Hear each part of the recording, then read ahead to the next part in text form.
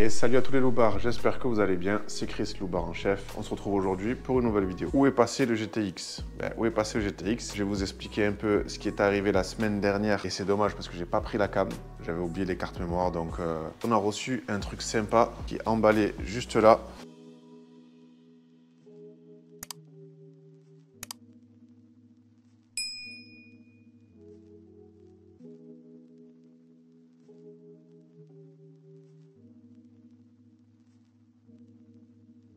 Ça, c'est, si je dis pas de bêtises, du PVC compressé, j'ai pas les termes. Ça, c'est du plexi et ça a été commandé, du LED. Vous voyez, vous choisissez votre police, votre dimension et votre couleur. Il y a même du RGB, petite télécommande, petit boîtier ici, petit récepteur. Et après, vous avez l'alimentation directement 220. Donc, on allume, on éteint, on rallume, on choisit le pourcentage, 10%, 20%. 100%. Ça faisait un moment que ça traînait, que je devais le faire. J'ai mis 3 points de colle. Une colle qui est faite exprès pour le fixer, plus 3 vis avec vis à placo tête noire pour que ça s'intègre mieux. Moi, ce que vous en pensez en commentaire du rendu, même à 10%.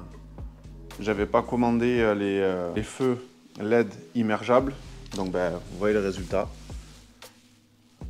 Donc à force, même si vous rincez, c'est pas fait pour. Alors ils vendent des remorques jet. On a l'impression que c'est uniquement pour le stockage parce que c'est livré comme ça d'origine. Et clairement, CBS, les feux ne sont pas immergeables. Rincer ici, rincer pareil là sur les côtés, rincer toute la remorque, les roues, rincer à l'eau claire, les tambours. Enfin voilà, il faut vraiment tout rincer. Donc ce qui va être fait, c'est ça. On va démonter les feux. À voir si j'achète des immergeables à LED qui coûtent un bras ou pas, ou si je remets des classiques. Et on va aussi entretenir les freins. Je vais acheter le kit frein pour remplacer les plaquettes, quoi, plus ou moins, qu'il y a à l'intérieur des tambours. Donc là, vous voyez, j'ai levé l'IBR, donc bien sûr, c'est bien graissé. Ce qui s'est passé, c'est que, pour la petite story time, on est allé sur la plage de la Reine Jeanne. Je dis pas de bêtises, je crois que c'est ça, après Brégançon, où notre ami Emmanuel M, je ne citerai pas son nom, aime bien passer des vacances. J'ai voulu bitcher un peu plus sur la plage, sauf que d'une semaine à l'autre, d'un jour à l'autre, des fois la mer, elle change, elle tourne, et même les plages, parce que là pour le coup ça faisait un petit moment qu'on n'y était pas allé.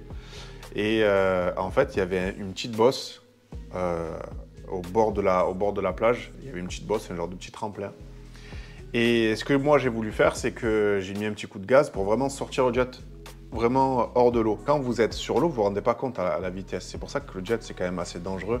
Il faut faire gaffe, il faut bien prendre en compte toutes les mesures de sécurité. Je le dis, je le répète, parce que même si vous fichez de votre gueule, de votre vie, de votre jet, peu importe, il faudra bien faire attention aux autres usagers, que ce soit les bateaux, les paddles, les kayaks, tout ce que vous voulez. Parce qu'on n'a pas l'impression, mais ça va très vite sur l'eau. En fait, il y avait un genre de tremplin comme ça. À la Mario Kart, je l'ai faite. Donc je suis arrivé, je suis bien sorti de l'eau, mais sauf qu'il y avait le tremplin, donc j'ai fait ouf. Et j'ai fait un saut sur la plage. Et en fait, vous voyez, le jet, il est bitché à 600 mètres.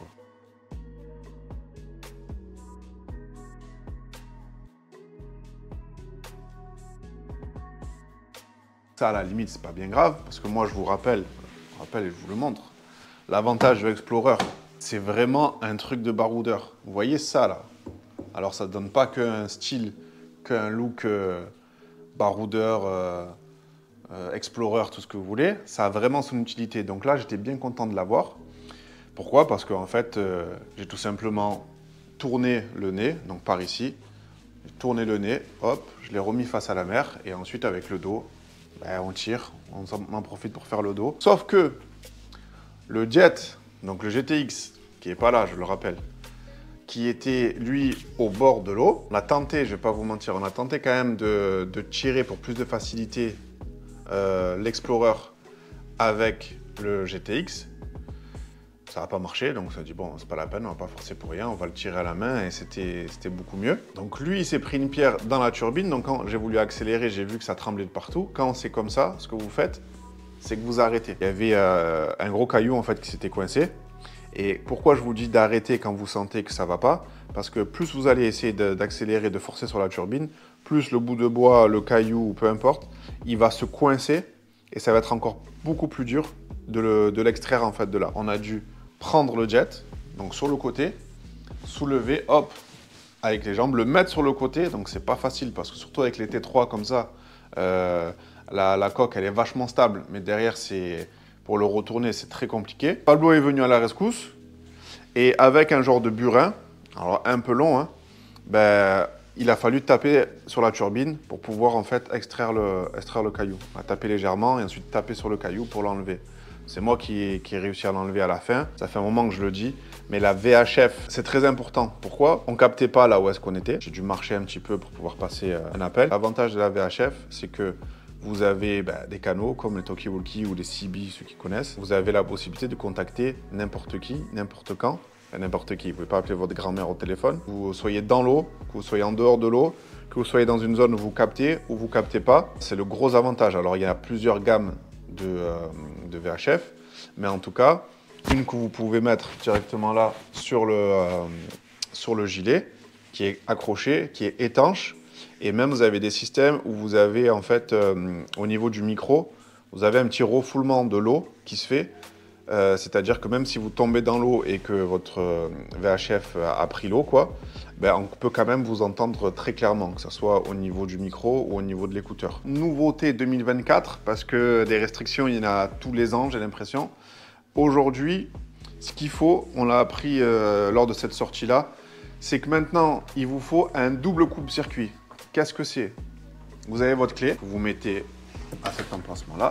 Jusqu'aujourd'hui, il vous fallait votre coupe-circuit, logique, pour pouvoir démarrer, tout simplement. C'est obligatoire, pourquoi? Je ne sais pas. Peut-être que si jamais vous êtes sur le jet, vous l'avez accroché, vous êtes tombé à l'eau, ou peut-être vous l'avez perdu en mer, il faut toujours qu'il y en ait un deuxième à l'intérieur du jet, peut-être, je ne sais pas. J'ai pas pris tous les détails, mais il faut un deuxième coupe-circuit, en fait, tout simplement. Donc ça coûte à peu près 100 balles. Plus ou moins, il faut la faire programmer et puis vous en faut deux. Donc moi j'en avais déjà deux pour l'Explorer. Et voilà, ça c'est la nouveauté. Sinon je crois que c'est 1500 € d'amende. Voilà, au moins vous êtes au courant. Je sais que vous aimez bien les chips sur YouTube. Vous voyez ça, j'ai acheté ça à Leroy Merlin. 3 positions. Il y a même un mode flash. Si vous travaillez sur la route ou quoi. Pas mal. Pour accéder à la turbine, vous avez deux façons. La première, c'est d'appuyer, je vous montre la manip. Donc, vous appuyez sur le manche arrière, vous restez appuyé sur le bouton mode. Donc, vous voyez là, c'est éclairé, actif. Et ensuite, vous montez. Vous entendez?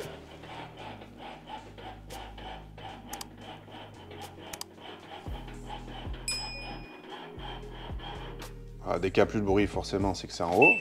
Vous avez accès à votre turbine. Vous voyez, ça, c'est monté. Vous voyez là, au fond, ce qui est en gris là, c'est la turbine. Le bleu ciel, c'est la bague d'usure. Et là, vous voyez moins d'ici, mais en tout cas, vous voyez la turbine. Si vous voyez quelque chose qui coince à l'intérieur, vous avez un accès qui est un peu plus compliqué, qui est par là. Donc, vous voyez, avec une longue tige ou un long bâton. Bâton, je ne conseille pas, parce que souvent, les bâtons que vous allez trouver sur la plage ou en mer, c'est des bâtons, c'est du bois flotté ou du bois qui est abîmé, qui est gorgé d'eau. Et vous risquez d'aggraver plus la situation qu'autre chose. En dessous, c'est par là que l'eau rentre et qui est expulsée par la turbine pour avancer. Là en dessous, vous avez accès aussi, vous avez une grille avec 3 douilles, je crois que c'est du 13, un truc comme ça. Il y a une qui est traversante, donc logiquement dans l'eau, c'est pas très conseillé de l'enlever parce qu'il y a de l'eau qui peut s'infiltrer. D'ici, vous avez aussi accès, donc c'est plus difficile, mais vous avez plus de visibilité sur la turbine. Donc nous, c'est ce qu'on a fait, on l'a mis sur le côté, et de là, on a vu la pierre, et donc on a pu taper dedans pour pouvoir l'extraire. Ils nous l'ont pris chez Audemars en urgence. Une fois qu'ils ont démonté, ils m'ont dit, bon, effectivement, dans tous les cas, bac d'usure. Et il y a aussi l'hélice qui avait mangé un petit peu. Et là, en l'occurrence, soit c'est vraiment une cata et il faut la remplacer, tout simplement. Ils essayent de vous la redresser. À partir du moment où c'est pas grand chose. Nous, on a pu la redresser. Tout est bon, tout est fini, tout est prêt. Il faut savoir que ça va me coûter à peu près 200 €, plus ou moins ça. Après, ça dépend de la main-d'œuvre, mais la pièce, globalement, c'est ce que ça coûte. Vous comptez peut-être 60 € ou 100 €, je sais pas, de main-d'œuvre. Avec Lucas ici, on a reçu la commande. Donc, je vais te montrer ce qu'on a reçu. Donc les feux. Après, le faisceau entier. 6 mètres de faisceau. Gueule de loup, ça s'appelle. Ça va être pas mal, non? On va le mettre là, à la place. Ça serait mieux que ça. Eh ouais, c'est encore mieux. Petit frein. T'as vu, regarde déjà. Il avait sauté un jour, bam. T'enlèves juste le bouchon qui est là, ce bouchon. Et là, t'as directement accès, c'est quoi? C'est le moyeu? C'est le boulon du moyeu. Le boulon du moyeu. Ah ouais, bah il est propre. Pourquoi? Je comprends pas pourquoi tu dis ça. Il est propre, mon frère.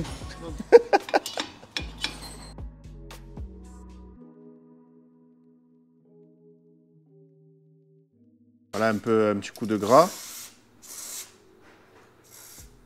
Galérer au ressort. Il faudrait l'acheter la pièce en vrai. Ça doit pas coûter cher. Hein. Ça t'évitera de t'esquinter les mains. On l'a graissé et tout ça, il va... Je pense qu'il va reprendre un peu son jeu. Et nous, le réglage, eh ben, on le fait au niveau de la tige filetée. Il y a des rondelles, hein, chef. Tu veux Eh ma foi, faut les choses bien là maintenant. Dans le sac, ils sont fournis. C'est bien là, non? Au moins, ça se règle. Ah, il tient plus que tenir là. Non? En plus en caoutchouc. Moi, il est bien posé dessus. Là, même si je prends un trottoir, normalement, il tombe pas. Celui du phare là, il est fatigué. Alors lui, cette prise aussi. Yeah. Déjà, encore c'est propre, tu as vu? Tu penses? On essaye. Si ça fonctionne, on le garde. Et on aura un faisceau entier en plus. Sinon, on le change. Hein. Tiens, tu peux le vendre si tu veux. Je le garde, je le mets en souvenir. Vends-les. Comment ça, je les vends? Tu mets un gros. Ils vont... Qui va acheter ça? Il me l'a dit directement. Anomalie, clignotant droit de remorque. Donc en fait, on va quitter. On a sélectionné la remorque ici. Je vous montre un petit peu. Liste de contrôle, vérification des feux. Hop. Donc clignotant gauche, clignotant droit, feu stop, feu de recul, feu de brouillard arrière. Donc vous lancez la séquence. Je vois ce qui marche pas. Tu l'as rebranché là? Donc là il fait feu stop, feu de recul, restop. Déjà les bananes elles marchent. Hein. Clignot gauche. Clignot droit. La remorque ça coûte cher.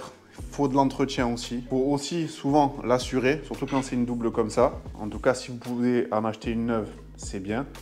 Mais en vrai de vrai, moi je pense qu'une remorque, c'est fait pour durer. Il faut juste que le cadre, comme on disait tout à l'heure avec Lucas, le cadre soit de bonne facture, qu'il n'y ait pas de problème de pliage ou autre sur tel ou tel modèle. Mais en tout cas, CBS, c'est connu pour être costaud. C'est pas les plus sophistiqués, c'est clair. Parce que pendant un moment, j'ai pensé à la revendre et en racheter une autre. Les Sidou, les grosses, les Big Two, apparemment, elles cassent. Enfin, j'ai pas l'habitude d'écouter les Hondi, mais bon, la remorque fait quand même plus de 4000 €. Donc je me dis, voilà, j'ai acheté celle-ci, neuve, je le rappelle, et on était pas loin des 3000, 3005, plus 3005, il me semble. Vérification des feux, on lance et on va voir ce que ça donne derrière. Je crois qu'elle est mal enclenchée. Je crois qu'on a un problème. Donc voilà, il y a tout bien qui fonctionne. Éclairage de plaque, peu de recul. Clignot. Tout est bon. Tout fonctionne. Enfin. On a juste un petit souci au niveau de la prise. Donc on a changé. J'espère que cette vidéo vous aura plu. Ça change un peu d'habitude. On n'est pas sorti à l'eau. On n'est pas parti faire une motovlog. Je sais pas si il y a beaucoup de vidéos dans ce style-là sur YouTube, mais en tout cas, je trouvais que c'était pertinent. Parce qu'on montre toujours les bons côtés, aller sur l'eau, kiffer la life. Mais aussi, c'est aussi ça d'avoir des jets, c'est des galères avec la remorque, c'est des révisions, des entretiens.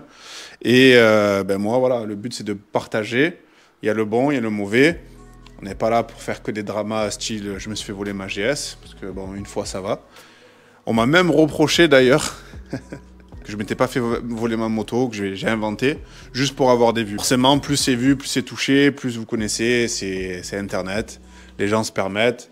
voilà, de leur canapé, de leur lit ou de leur WC, encore pire. Si vous voulez plus de vidéos dans ce style, entretien, remorque, comment faire ci, des tips, etc., les patins, comment régler ses patins, comment régler sa remorque, comment la positionner, ceci, cela, n'hésitez pas, ou même sur le jet, d'avoir des accessoires. Merci d'avoir suivi la vidéo jusqu'au bout.